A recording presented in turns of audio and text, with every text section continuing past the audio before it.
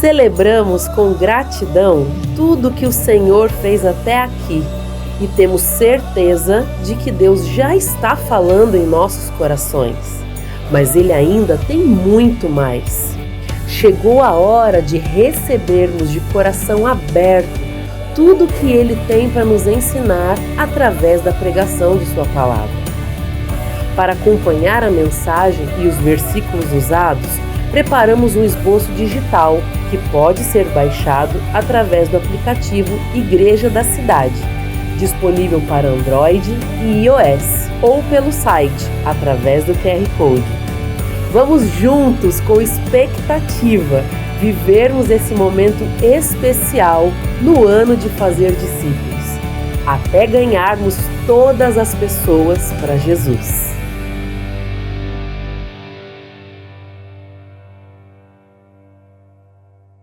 Graça e paz, meus irmãos, minhas irmãs, que maravilha estarmos juntos com Jesus. Glória a Ele eternamente, amém? Que bom você que está aqui conosco, você que nos visita, que veio a primeira vez aqui à Igreja da Cidade, na nossa querida colina, você também que nos acompanha pela internet, Deus abençoe a sua vida. Que coisa boa estarmos juntos. Não tem lugar melhor para estar do que estarmos em família. Estou muito feliz de estar aqui com você nesta noite. E hoje vamos falar sobre fé, ativando fé na sua vida. Nós precisamos de fé para viver. Quantos acreditam que precisam de fé para viver? Ok? Quantos acreditam que precisam de fé para morrer? Sim. E não precisamos escolher, precisamos dos dois. Precisamos de fé para viver e fé para morrer. Mas, talvez por uma influência de uma tradição, nós acabamos escolhendo um pouco mais de que a fé é algo para ir para o céu. Precisamos de fé para morrer. E eu fiquei pensando, por que a gente fez essa escolha? Não sei exatamente, mas a igreja evangélica brasileira, ela foi muito influenciada pelas canções dos hinários. Harpa cristã, cantor cristão, o cancioneiro. As igrejas históricas, elas tinham um hinário que a gente levava para a igreja. Não sei quantos aqui é deste tempo, mas na minha época era o cantor batista, né? E o que acontecia? Muitas dessas canções, elas são oriundas das canções dos Negro Spiritual, que vinha lá do contexto da igreja que sofria norte-americana, dos nossos irmãos que passaram pela escravidão nos Estados Unidos. Então, para esses irmãos, eles não tinham nenhuma esperança de alegria neste mundo.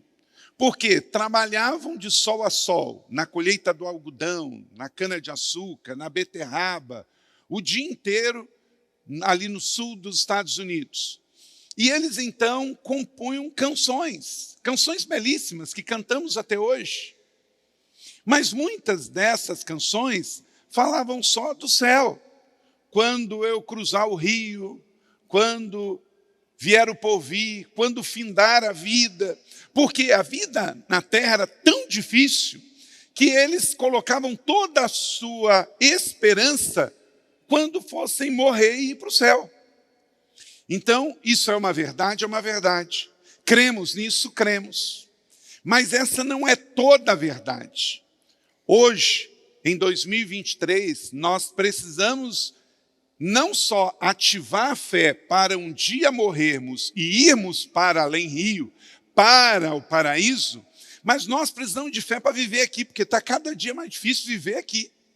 Um cristão precisa de fé para aplicar, para ir para a escola, para ir para a faculdade. Você precisa de fé para mandar o seu filho para a universidade. Você precisa de fé para ir trabalhar.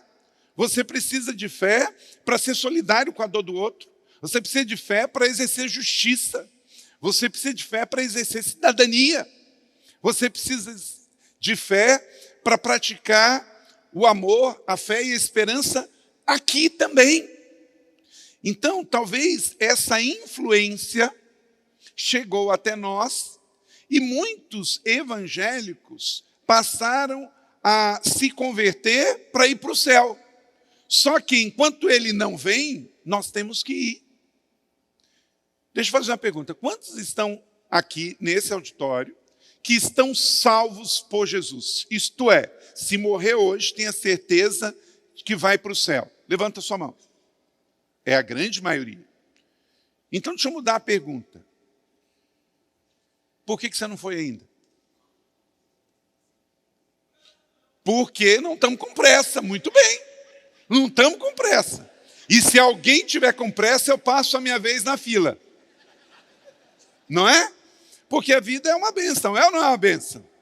Mas eu preciso da fé para viver. Então, se eu estou salvo, mas estou neste mundo ainda, como você levantou a mão, eu também levanto a minha, é porque há um propósito para estarmos aqui. Então, nós não fomos salvos só para ir para o céu. Olha para cá, se você fosse salvo para ir para o céu, na hora que você aceitasse Jesus, você desapareceria. Seria arrebatado. Já pensou? Levantou a mão aqui, não ia nem chegar aqui na frente. Já, vai embora.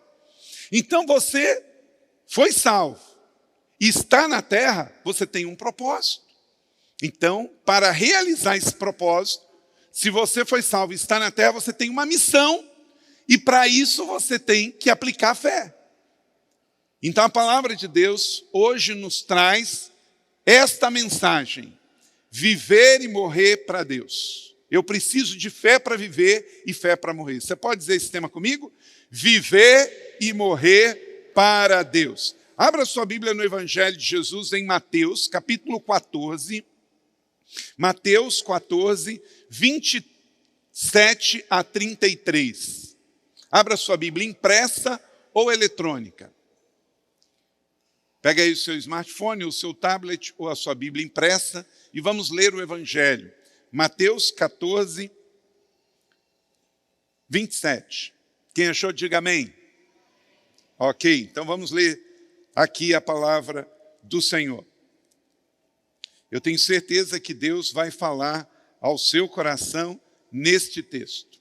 Diz assim, a partir do verso de número 27. Mas Jesus imediatamente lhe disse, coragem, sou eu, não tenha medo. Não tenha medo.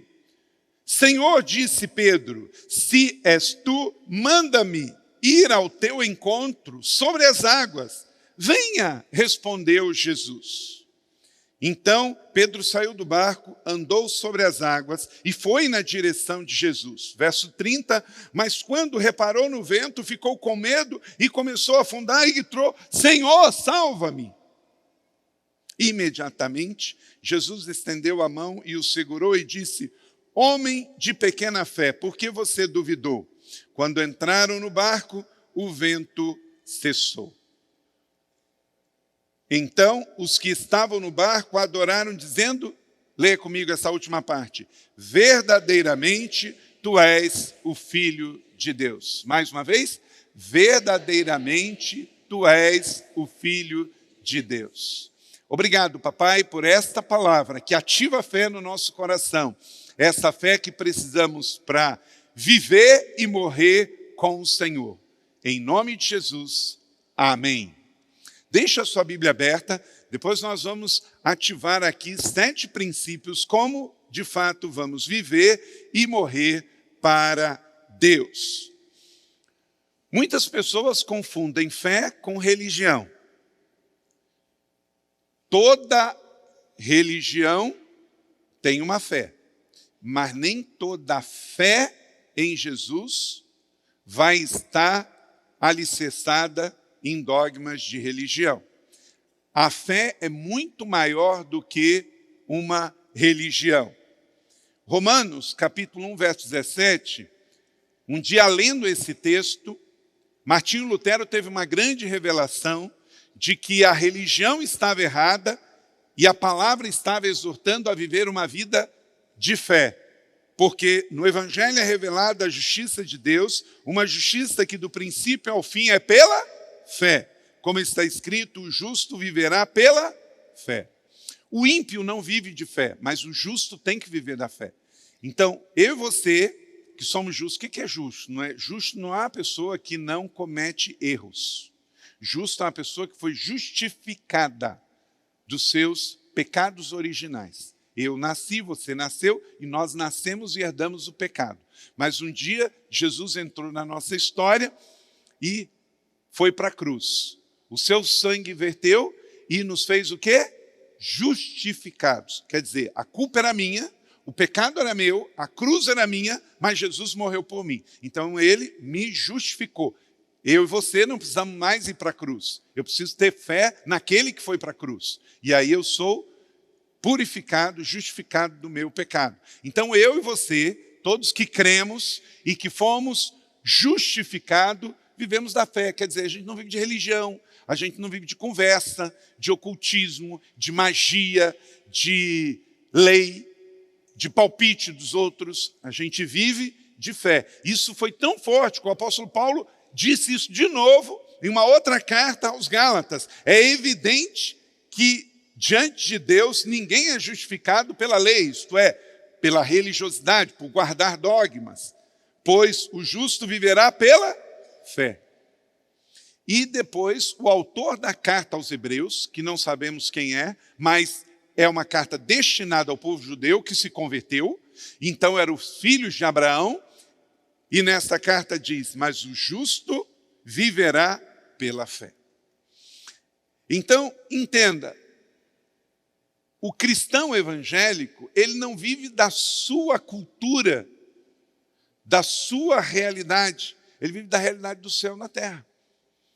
Eu estava esses dias numa mídia social, e a mídia social ela promove post de quem paga, né? E de vez em quando você vê coisas que você não segue ninguém que usa isso, mas acaba chegando até você. E me deparei com um post, olha só esse post. Esse post falando da Dia da Cultura Evangélica. E eu fiquei pensando, gente, que negócio é esse? O que isso significa? Gente, eu confesso para você que eu não cheguei a conclusão nenhuma. Dia da Cultura Evangélica. E depois eu soube que isso foi até um projeto que passou na Assembleia. Quer dizer, teve um brilhante político que acho que estava sem o que fazer, propôs, outros sem mais nada de importante para fazer apoiaram, virou lei. E aí o povo fica reverberando isso, e bota até dinheiro público nessas coisas para fazer promoção da tal da cultura evangélica. E eu fiquei pensando, gente, e eu fiquei também curioso de pensar o que você pensou quando você viu esse post. Porque, gente, deve vir um monte de ideia na cabeça. O que é promover cultura evangélica? É o pessoal do "Ô, glória"? É forte? Né? Aleluia! Gente, o Senhor Jesus não nos enviou para levar a cultura evangélica para lugar nenhum. Ele nos mandou ser sal da terra e luz do mundo. O que nós temos que entender, gente, é que a sociedade de São Paulo, do Brasil, não precisa de cultura evangélica. Precisa de evangélico que não minta, que não roube, que não trafique, que não seja ladrão, que não minta. É isso. Não é cultura evangélica, é cultura do céu. É cultura do evangelho. O que o mundo precisa é da cultura do real evangélico, não do evangelho, não do gospel. Porque tem muita coisa, gente, nesse universo de cultura evangélica que não tem nada a ver com o evangelho de Jesus. Olha, se eu pegasse e fosse agora para um calçadão de via pública de qualquer cidade brasileira e fosse perguntar para os evangélicos, se na entrevista eu perguntasse, você é evangélico ou não? E aí ele me dissesse que era evangélico, eu falei, me defina a cultura evangélica. Ia sair as coisas mais esquisitas. E se, por outro lado, eu começasse a perguntar a pessoas que não eram evangélicas, eu ia ouvir coisas que eu ia ficar muito triste. Porque eu ia ouvir na boca de pessoas não cristãs coisas ofensivas a mim, a Jesus e ao Evangelho, que eles ouviram que é coisa do Evangelho, mas não é. É coisa que algum evangélico fez, mas não é do Evangelho. Porque, sabe qual é o grande problema do Evangelho? É sempre falar em nome de Deus. Não porque Deus me falou.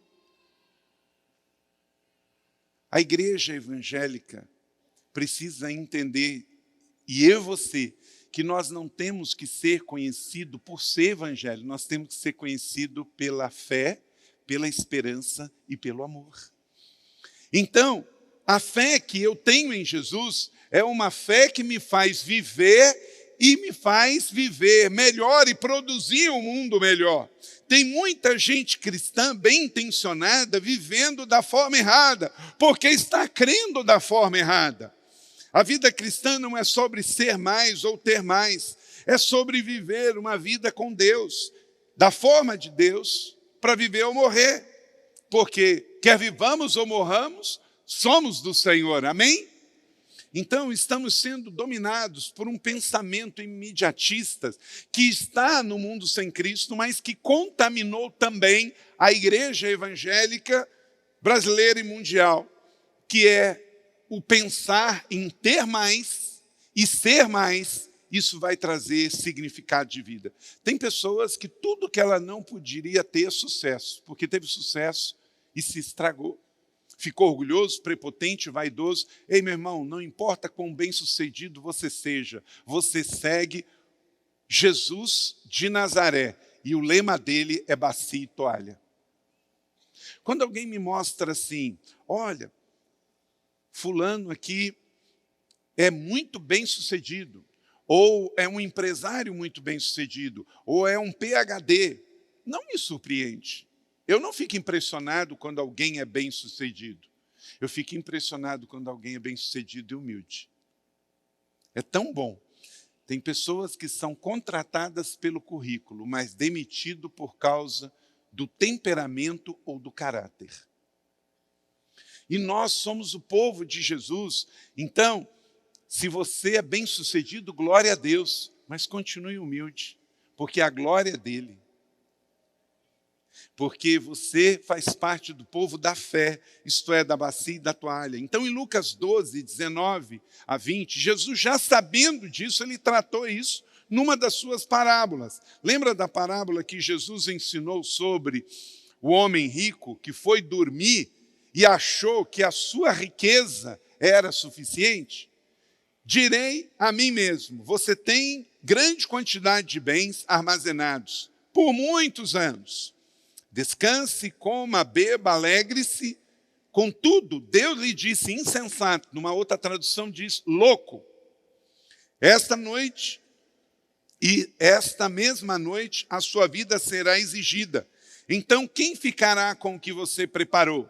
Descanse, coma, beba e alegre-se. Descansar, comer, beber e se alegrar. Esse é o lema do homem sem Jesus. E continua assim 2000 anos depois. É o hedonismo. Isso está roubando a essência da vida de muitos cristãos. O homem rico, ele estava errado, não é porque era rico, é porque ele colocou a riqueza como seu Deus. Você que é rico, glória a Deus. O problema não é ser rico, o problema é você confiar nas suas riquezas e descansar nelas. Então, deixa eu te fazer algumas perguntas profundas, elas são simples, mas elas são profundas, sobre, de fato, se você tem uma fé saudável para viver e morrer no Senhor. Se eu fosse conversar com você agora, te chamasse para um café e a gente fosse para uma cafeteria, e eu fizesse essas 7 perguntas para você, e à medida em que você fosse me respondendo, eu não iria julgar você, Mas à medida do que você fosse me respondendo, eu iria dizer se a sua fé é uma fé bíblica, de fato, no Evangelho, ou se você só faz parte de uma igreja evangélica. Se você só está no movimento gospel evangélico. Então, ouça essas perguntas e tente pensar nas suas respostas. Para que você vive? Para que você vive? Essa é uma pergunta profunda, sabe por quê? Porque ela é sobre o sentido da vida. Uma segunda pergunta: a quem você pertence? Você sabe que você pertence a alguém? Você só vai escolher escravo de quem você vai ser, mas você vai ser escravo. Ou de Deus, ou do diabo, ou de si mesmo. Essa pergunta é sobre identidade, sobre pertencimento. Uma pessoa que não tem identidade é uma pessoa altamente volúvel e volátil. Terceira pergunta: qual o seu propósito aqui neste mundo? Uma pergunta sobre propósito. Tem muita gente que muda de emprego, muda de casamento, muda de país, porque está em busca de um propósito. O melhor lugar para se viver não é no Brasil, não é na França, não é no México ou nos Estados Unidos, é no centro da vontade de Deus. Porque se você não estiver em paz, aonde você for, você vai estar sem propósito. Quarto, aonde você deseja chegar? Daqui a 10 anos, 20 anos, onde você quer estar? Isso é sobre destino. Uma outra pergunta: qual é a prioridade da sua vida?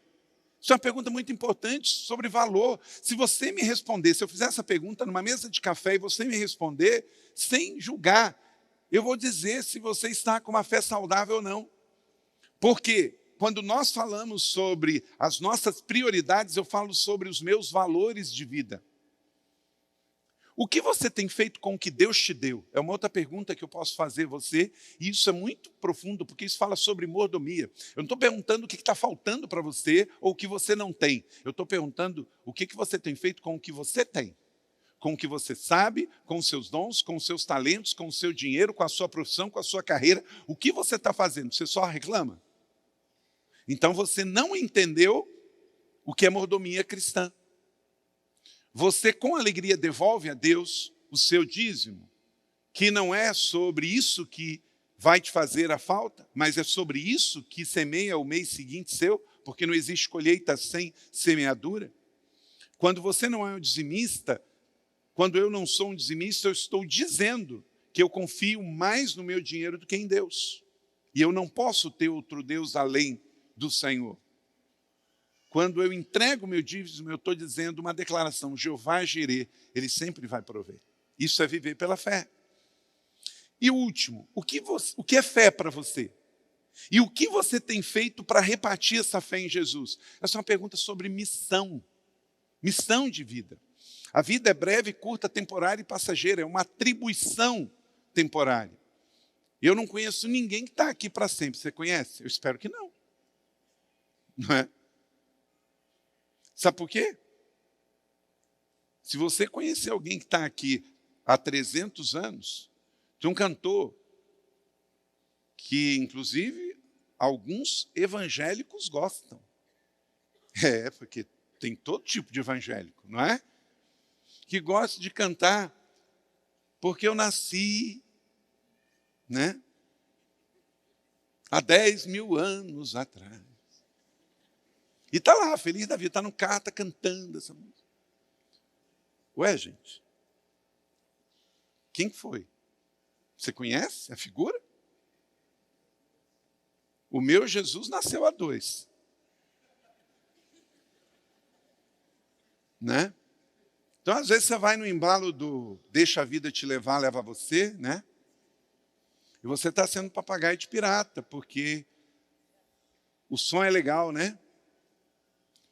E, olha, você me conhece, você não sabe que eu não sou um religioso para dizer que todo crente realmente evangélico só ouve música cristã. Não, não é isso, não.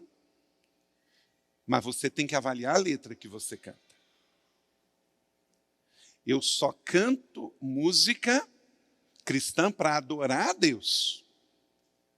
Porque eu só posso adorar a Deus com louvor.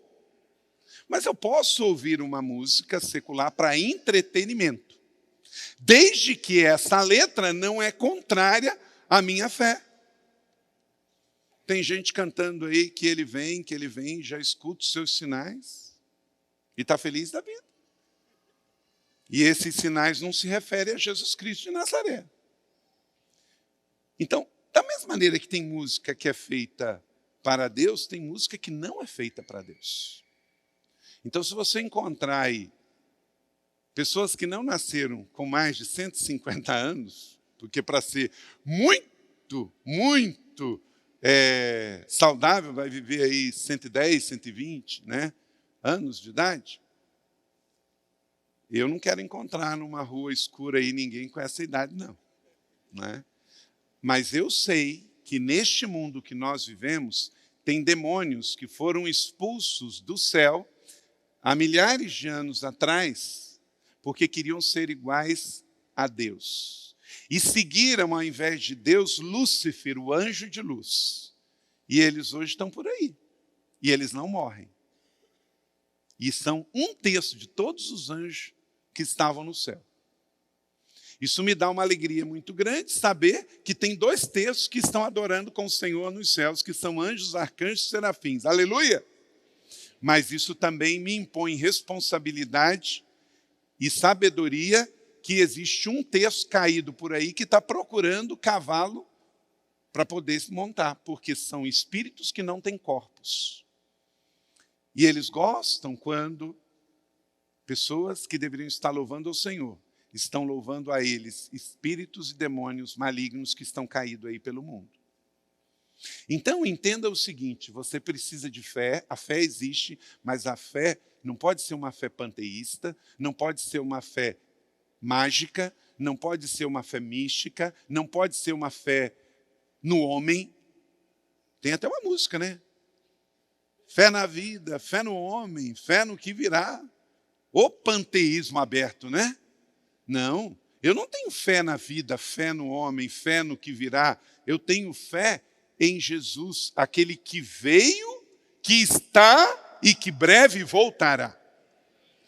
Então a sua fé tem que ser nominada em Deus, em Jesus Cristo, pelo Espírito Santo, na palavra de Deus. Por que a pastora Leila estava ministrando assim e ela fez a referência a Jesus Cristo de Nazaré? Porque Jesus Cristo de Nazaré é único. Você está declarando um nome que é único. Jesus Cristo de Nazaré, aquele que viveu em Nazaré, fez-se homem por mim e por você. Então, quando você pensa profundamente nisso, você está pensando nas coisas mais importantes da sua fé para viver. Porque você, ao pensar em sentido, identidade, propósito, destino, valores, mordomia e missão, você está declarando que você entendeu o propósito da fé, ou não entendeu o propósito da fé. Meu irmão e minha irmã, avalie a sua própria vida. Ser cristão não é ser evangélico e ser meio estranho à luz da sociedade não cristã pós-moderna. Ser evangélico não é falar evangeliquez. Ser evangélico, de fato, é seguir o evangelho da fé de Jesus Cristo Nazareno, aquele que veio, que é e voltará. É crer em Jesus, Rei dos reis, Senhor dos senhores, é crer em Deus Pai, Criador de todas as coisas, é crer no Espírito Santo, Deus que vive em mim, é crer na palavra de Deus revelada, nesses 66 livros inspirados, 39 no Velho, 27 no Novo, é crer que a Bíblia é uma só, que tem uma grande pergunta no Gênesis, que é onde está o Cordeiro, mas que tem uma outra pergunta no livro de João, eis o Cordeiro, e que termina lá em Apocalipse dizendo, digno é o Cordeiro. Essa é a nossa fé. Aleluia. Essa é a nossa fé. Não é uma fé que a gente sente, é uma fé que a gente crê. É uma fé que tocamos a vida de pessoas. É uma fé que a gente coloca na prática. E para isso, quero pedir um vídeo de testemunho de 2 casais aqui da igreja, que em momentos de adversidade, mais do que nunca, ativaram fé, oraram com fé, aplicaram fé. Eu não sei como você está vivendo, mas você precisa de fé para viver. Então não se desespere, escolha crer, esperar e confiar. Assista e seja edificado, e que esses testemunhos ativem fé no seu coração.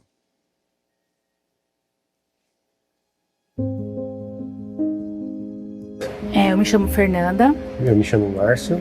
Nós somos casados há 12 anos e nosso sonho era de formar uma família. E engravidamos a primeira vez em 2011 e tivemos a primeira perda, sem causa provável. E com o passar dos anos nós fomos tentando engravidar novamente. Ao todo foram 8 gravidezes, sendo a segunda gravidez eram gêmeos, mas todas com perdas. Meu nome é Carlos. Minha esposa Vanessa, a gente está aqui para contar o grande milagre que Deus fez na vida do nosso filho Rafael. Dia 23 de junho, eu levei o Rafael com fortes dores no abdômen, onde foi diagnosticado o apêndice e indicado uma cirurgia de emergência. E depois de 2 dias, a complicação veio e ele teve que fazer mais uma cirurgia de emergência. Nessa segunda cirurgia, ele foi transferido para a UTI pela gravidade que ele ficou. A gente chegando na UTI, quando fez 7 dias, ele precisou fazer uma cirurgia muito grande, que foi no intestino de novo, e nessa cirurgia foi retirado 15 centímetros do intestino dele. E o diagnóstico que foi dado para a gente foi de intestino paralítico. Ali a gente só tinha Jesus, Deus, para fazer um milagre na nossa vida, na vida do Rafael. Em 2021, eu fiquei sabendo da igreja. Sem saber, era uma celebração que era falando da família, né? E o papelzinho da oração tinha gravidez. E só que em julho, no mesmo ano, nós tivemos a nossa última perda. E nós conversamos e eu falei pra ele que eu não queria mais, que eu não tinha mais psicológico pra encarar uma outra gravidez. Nessa celebração, quando eu vi o papelzinho gravidez, eu falei, não, eu já tinha decidido, eu não vou anotar. E uma jovem que estava próxima a mim me falou, eu vou com você. E ali eu decidi anotar o item, né, de gravidez.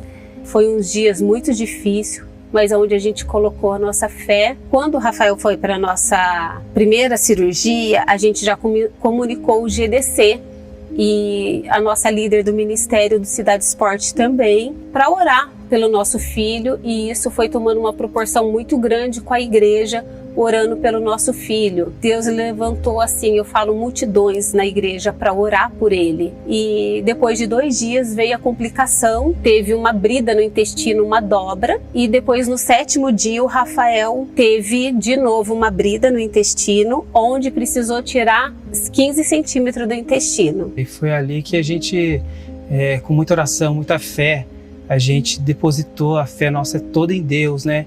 E crendo no milagre, que a gente sabia que o Rafael ia sair dali com um milagre, né? Aí em diante nossa vida mudou, né? E nós nos convertemos, e em março nós batizamos, e nosso primeiro ministério foi entrar para a Herança Real.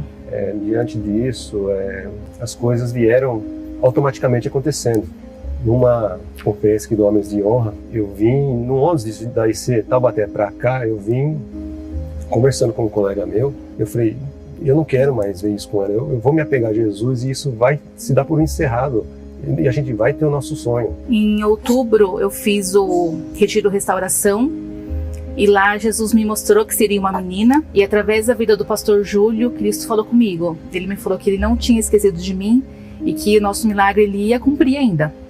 E em novembro nós engravidamos e hoje a Manuela está aqui como testemunho do nosso milagre, que Jesus, quando nós decidimos ter uma caminhada, um relacionamento com Ele e ter a certeza que só Ele dá a última palavra do que nós precisamos, que o milagre acontece. Nesse momento que foi de muita dificuldade para a gente como pais receber um diagnóstico desse, mas a gente colocava a nossa fé que o último diagnóstico seria de Jesus. E quando foi numa madrugada, né, lá na UTI, e a gente em oração, confiando no milagre, foi quando o intestino dele começou a funcionar, e o milagre aconteceu na madrugada lá da UTI, no banheiro da UTI, onde eu liguei para minha esposa de madrugada e chorando, glorificando a Deus, falando para ela que o milagre aconteceu, que o intestino dele voltou a funcionar. E ali a gente ficou chorando ali horas no celular ali e glorificando a Deus pelo milagre, né? E somos gratos a Deus. Igual ela falou assim, a gente se sentiu amparado, se sentiu abraçado pela nossa igreja, né? E por todos que estavam ali junto com a gente em oração. Então a gente é muito grato a Deus por esse grande milagre que Ele fez na vida do nosso filho. Aleluia, glória a Deus. Aleluia. Amém. Maravilhoso. Oramos lá nos Estados Unidos pela cura desse menino. Glória a Deus. Será que você esperaria 9 vezes por uma gravidez? Para ter a promessa nas suas mãos? Quem espera? É quem tem fé. Quem acredita que se Deus disse, vai acontecer. Então não é esperar por esperar, não é esperar porque falaram, porque eu estou sentindo. Não, é porque você tem a convicção de que se Deus disse, Ele é fiel para cumprir. Então em nada põe a sua fé, senão em Deus Todo-Poderoso. E que esta mensagem, esse testemunho, ative fé no mais duro coração nesta noite, em nome de Jesus Cristo de Nazaré. Então, muito cuidado, porque vivemos num mundo cercado de hedonismo, onde as pessoas transferem uma fé que deveria ser colocada em Deus, na sua pessoa, através do seu Filho e do seu Espírito, para as coisas desse mundo. Paulo também escreveu em Romanos 14, verso de número 17. Lê comigo. O reino de Deus não é comida, nem bebida, mas justiça, paz e alegria no Espírito Santo. Então não é sobre comer, não é sobre ter, não é o que está à venda no shopping mall. São coisas que nem vemos. É alegria, paz e justiça. É o reino de Deus. Isso é de fato o que molda a nossa vida. Então não deixe que o velho hedonismo, o prazer, o dinheiro e o poder venha roubar de você a fé. Porque todo ser humano, ele tem um DNA para crer. O ser humano nasceu, ele é ativado para crer. Por que que tem na África tantas religiões de antepassados e todas apontam para o espiritual? Por que que no Egito tinha as antigas pirâmides? Por que aqui nas Américas, entre os incas, maias, astecas? Por quê? Porque o ser humano nasce com o DNA para crer. Agora, em quem ele vai escolher crer, aí é uma questão de escolha e decisão que Deus te dá, chama livre-arbítrio. Você pode escolher crer em Deus, você pode rejeitar crer em Deus e você pode crer em qualquer coisa. Por exemplo, na Índia, vaca é sagrada. As pessoas estão morrendo de fome, mas não matam uma vaca para comer. É uma fé. É uma fé das pessoas.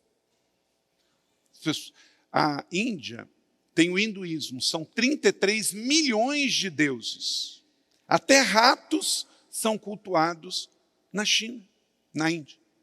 Então é o quê? É a escolha do ser humano. O ser humano pode crer em Deus, pode não crer em Deus e pode crer em qualquer coisa. Tem gente abraçando a árvore aí, não é? Num panteísmo aberto tremendo. Mas nós somos o povo que tem uma fé de uma escolha pessoal, intransferível, no Deus Jeová Jirê. É aquele que tudo provê.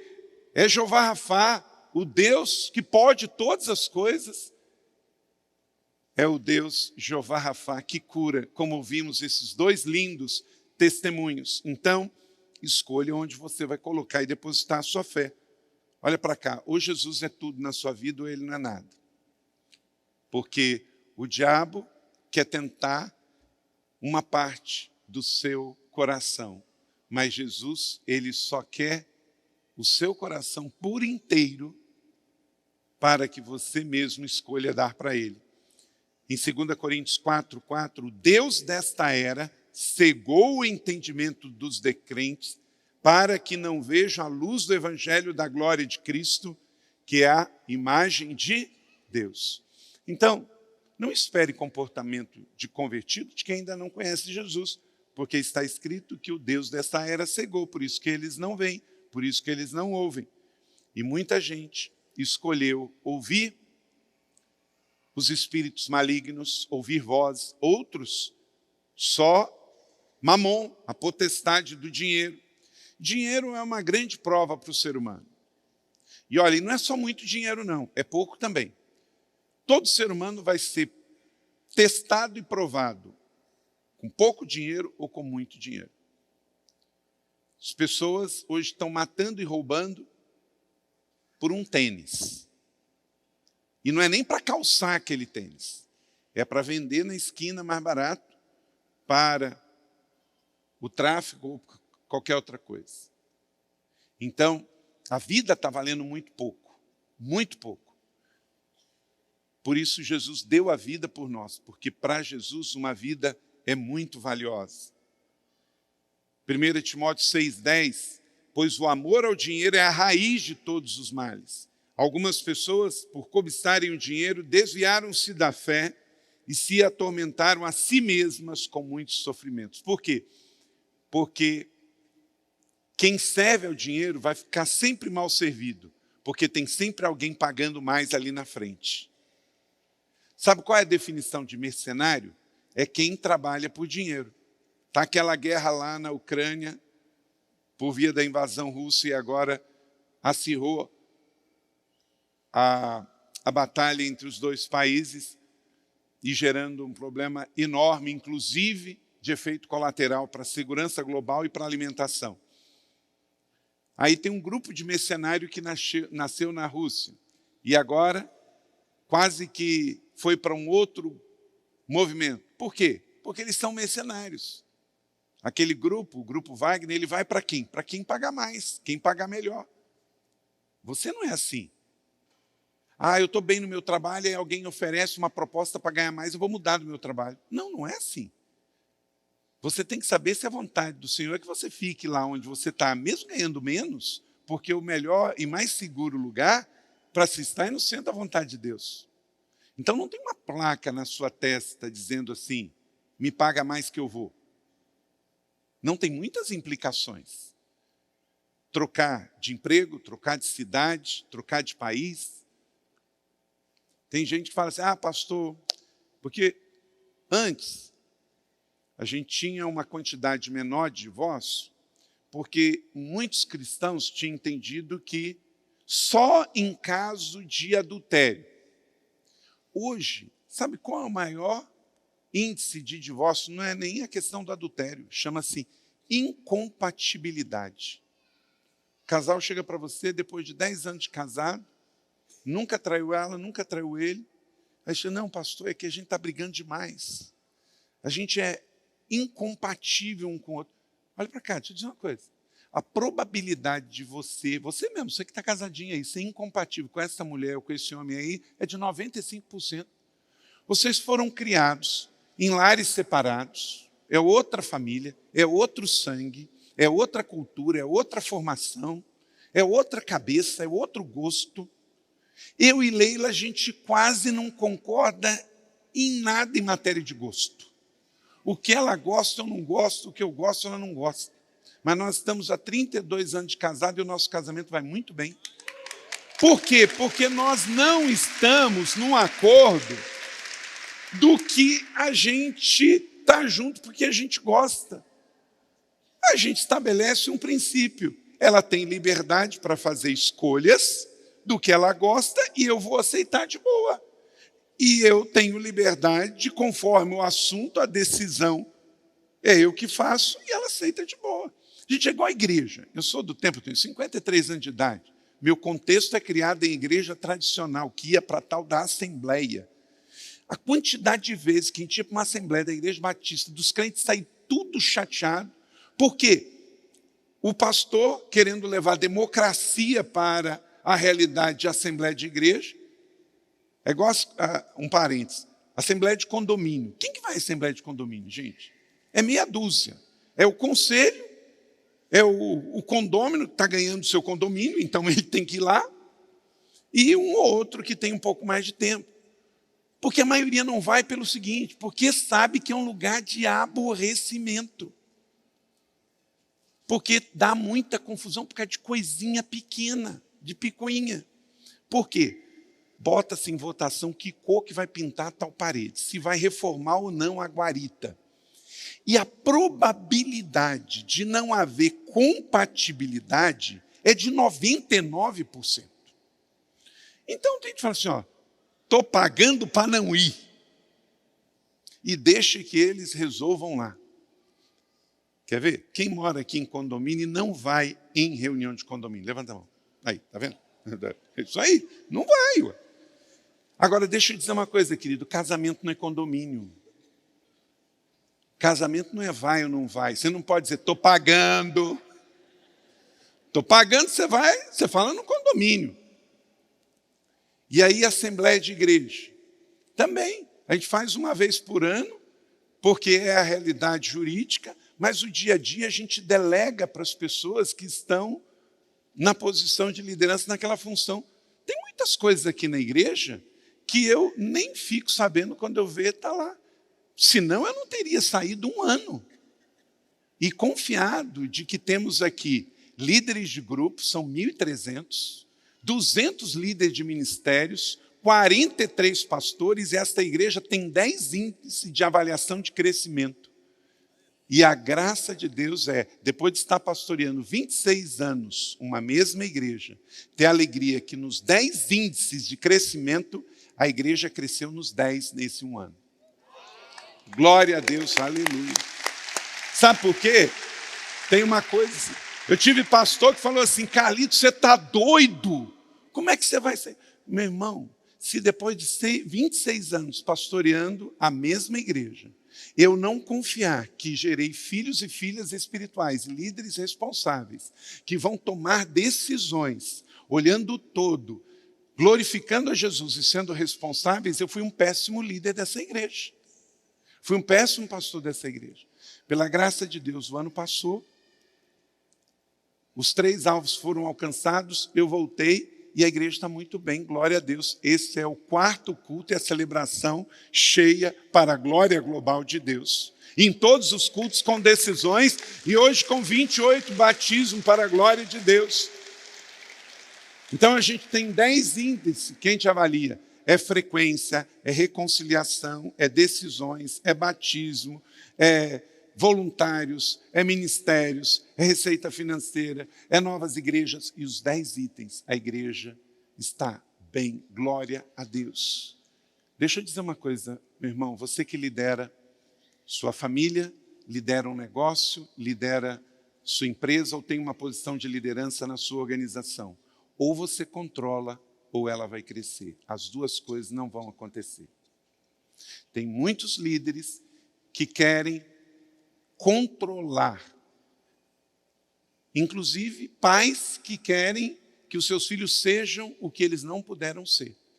Isso gera frustração. Crie os seus filhos para ser o que Deus os chamou para ser, não para que você controle, para que eles sejam o que você gostaria de ser. Eles serão os melhores se forem o que Deus mandou eles fazerem a ser. Amém?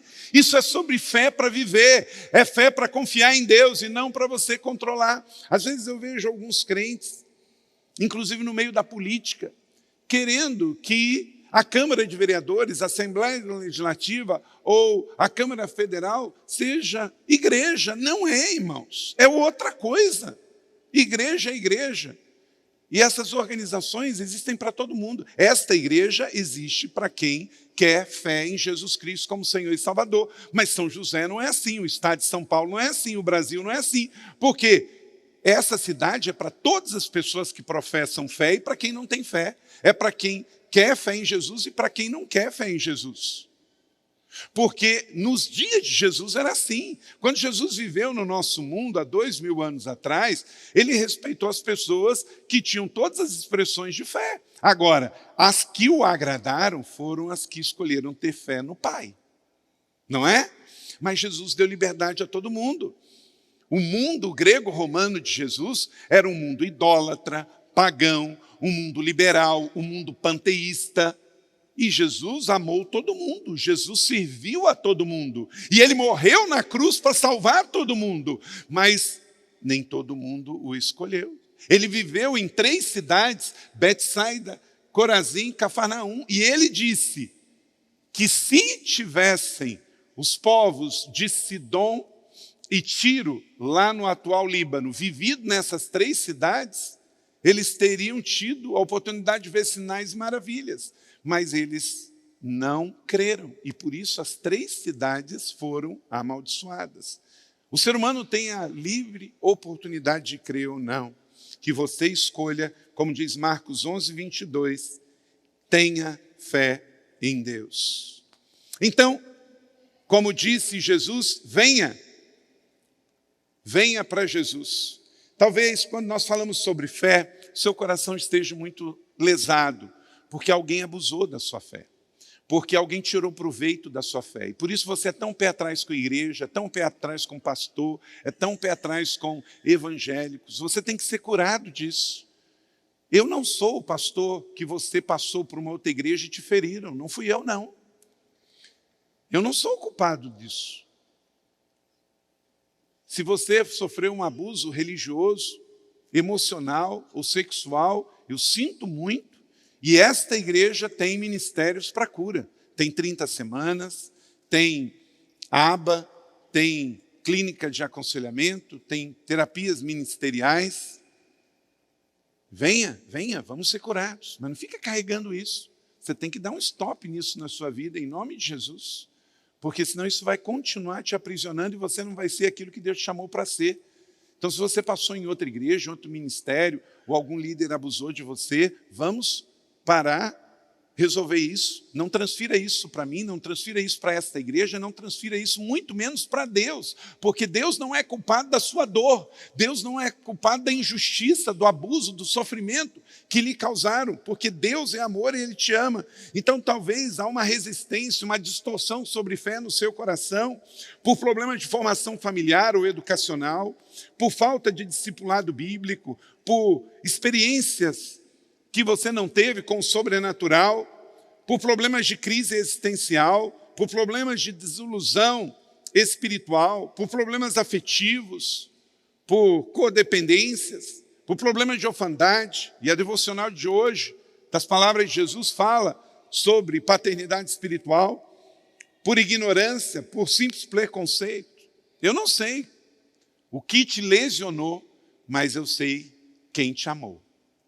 E Ele hoje te convida a um relacionamento pessoal com Ele. O grande filósofo Immanuel Kant, ele pensou diferente. Ele disse, é minha fé na Bíblia que me serviu de guia em minha vida moral e literária. Quanto mais a civilização avançar, mais será empregada a Bíblia. Ele está certo. O ser humano foi criado e voltado para ter fé em Deus. E geralmente quando isso não acontece, existe algum fator lesionador. Tem algum trauma na história dessa pessoa. Você foi programado para crer, você foi programado para ter fé. Então, se há algo impedindo isso, se há alguma formação religiosa que te atrofiou, que te lesionou, você precisa buscar ajuda. Seja livre, livre para fazer um jejum. Tem gente que não consegue fazer um jejum, tem gente que não consegue fazer um propósito, tem gente que não consegue dar uma oferta exponencial de fé, tem gente que não consegue confiar num líder espiritual, tem gente que não consegue resolver o problema da orfandade, tudo por causa de alguma ferida, um trauma, uma dor não resolvida no passado. Em nome de Jesus, ative fé para que você possa viver livre no Senhor. E indo agora, aqui para concluir, nos princípios do texto que eu li com você, de Mateus 14, guarde isso no seu coração, e se você não baixou o app da igreja, você pode pegar esse esboço completo lá e depois você pode estudá-lo. Para viver e morrer pela fé, decida dar pequenos passos de fé, como Pedro fez. Pedro não saiu correndo do barco para o mar. Ele deu um passo, deu outro. Dê passos de fé para começar a dar bom testemunho, para começar a mudar a realidade, para ser bom mordomo, fiel. Dê passo de fé. Segundo, diga sim ao convite de Jesus. Venha, disse Jesus. A real vida cristã é um relacionamento pessoal de amor com Jesus. Tem a ver com confiança. E ele te convida, vem, diga sim ao chamado. O primeiro chamado não é para ser pastor, não é para ser evangelista, não é para ser apóstolo, não é para ser profeta, não é para ser mestre, é para ser discípulo. É para seguir Jesus, o mais brilhante e fascinante projeto de vida. Amém? Deixe sua zona de conforto. Pedro saiu do barco. Tem muita gente que critica Pedro porque ele afundou, mas tinha um monte de gente que nem do barco saiu. Então sai da sua zona de conforto, como Pedro saiu. Reverendo Dr. William Shedd, um pregador congregacional norte-americano, ele diz: os navios estão em segurança nos portos, mas não é para isso que os navios foram construídos. Então levante a vela e vamos navegar. Confie um pouco mais, dê crédito. Qual foi a última vez que você agradeceu as pessoas da sua vida? Ao seu líder de GDC, ao seu coordenador, ao seu supervisor? Ah, pastor, não sei nem quem é. Eu pergunto, por que você não sabe, nunca orou por ele? Ah, nunca peguei a lista. O senhor falou aí que a igreja tem 43 pastores. Nunca tive curiosidade de pegar a lista, que é para orar. Esta igreja é grande, mas precisa do seu compromisso individual. Elimine toda a distração e ajuste o foco. Tem muitas vozes, tem muito barulho. Pedro só afundou quando ele se distraiu. Elimine todo o foco de distração na sua vida espiritual. Quando ele reparou no vento, aí ele começou a afundar porque ele ficou com medo. Quinto, confie que ele nunca deixará você. A fé para viver e a fé para morrer, ativar esse modo de viver, confiar que Jesus nunca te deixará. Verso 31, imediatamente Jesus estendeu a mão. Ele estende as mãos para você hoje. Segura na mão de Deus e vai, meu irmão. Toda a frustração na fé foi porque você um dia confiou na pessoa errada ou da forma errada. Nunca porque confiou em Jesus. Decida colocar seu foco em Jesus. Foque na palavra e na presença. Ele diz, estarei sempre com você até o fim. Então foque nesta promessa, foque nesta presença e vai terminar tudo bem, vai ficar tudo bem. Sexto e penúltimo, creia que Jesus está no comando e os ventos passarão. Verso 32, quando entraram no barco, o vento passou. Bota a mão no seu coração.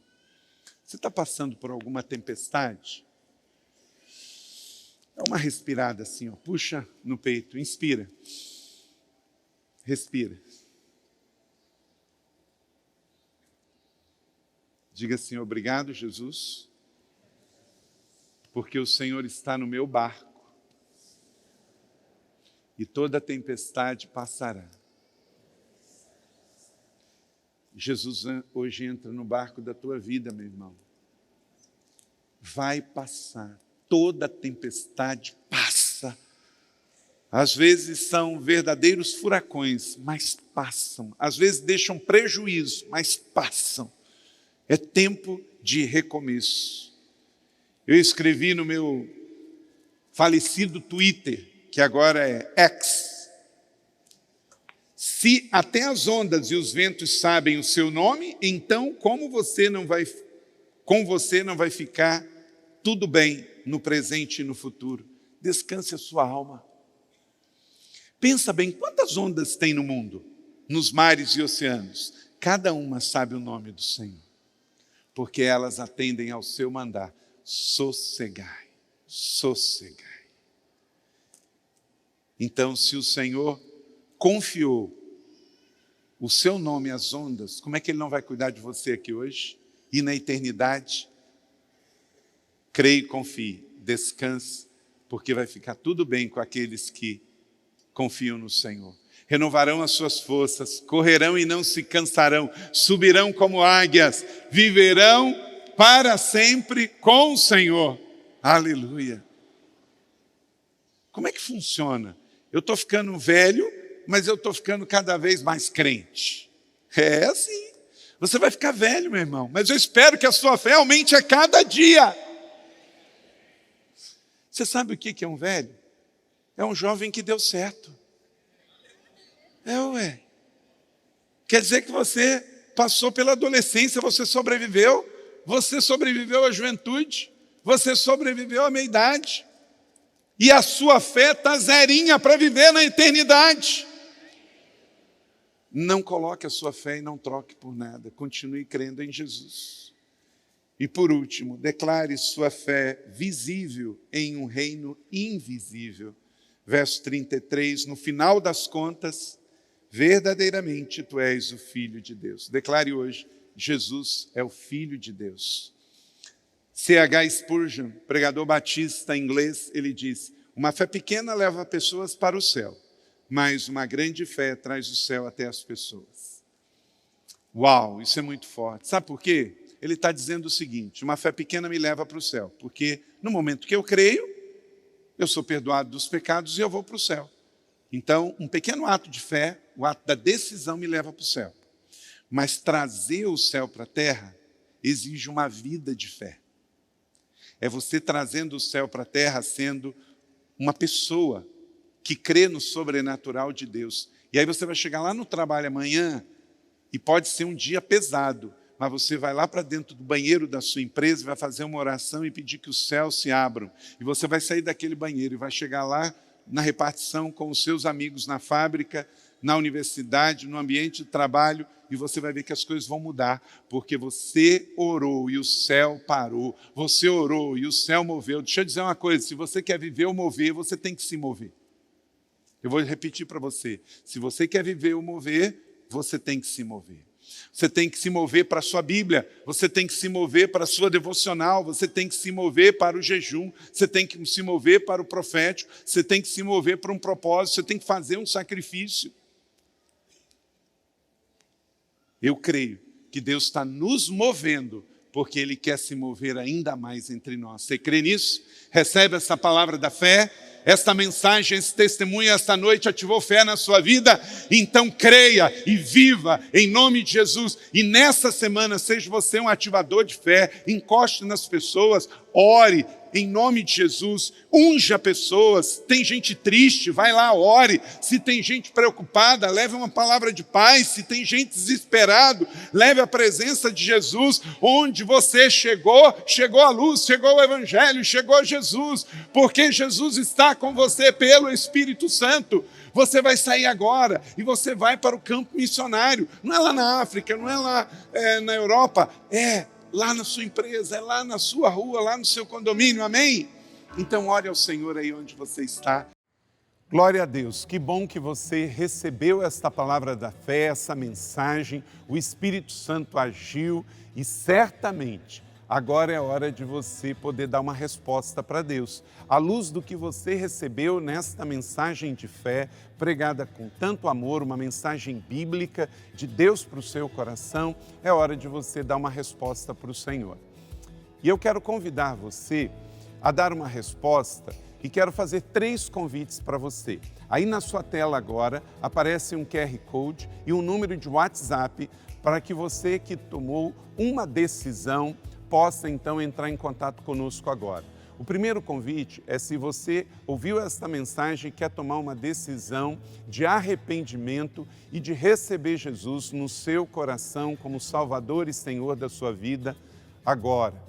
A outra decisão que você pode estar tomando agora e celebramos com você é se você quer retornar para a igreja, voltar para a fé. Talvez você se desviou dos caminhos do Senhor e da igreja, mas hoje é o tempo de voltar, é tempo de arrependimento, de mudança de vida, de voltar para a família da fé. Então, bem-vindo você que está tomando a decisão de retorno agora. Não importa quanto tempo você esteve afastado, não importa se você se afastou dessa ou de outra igreja cristã ou evangélica, bem-vindo de volta à família da fé.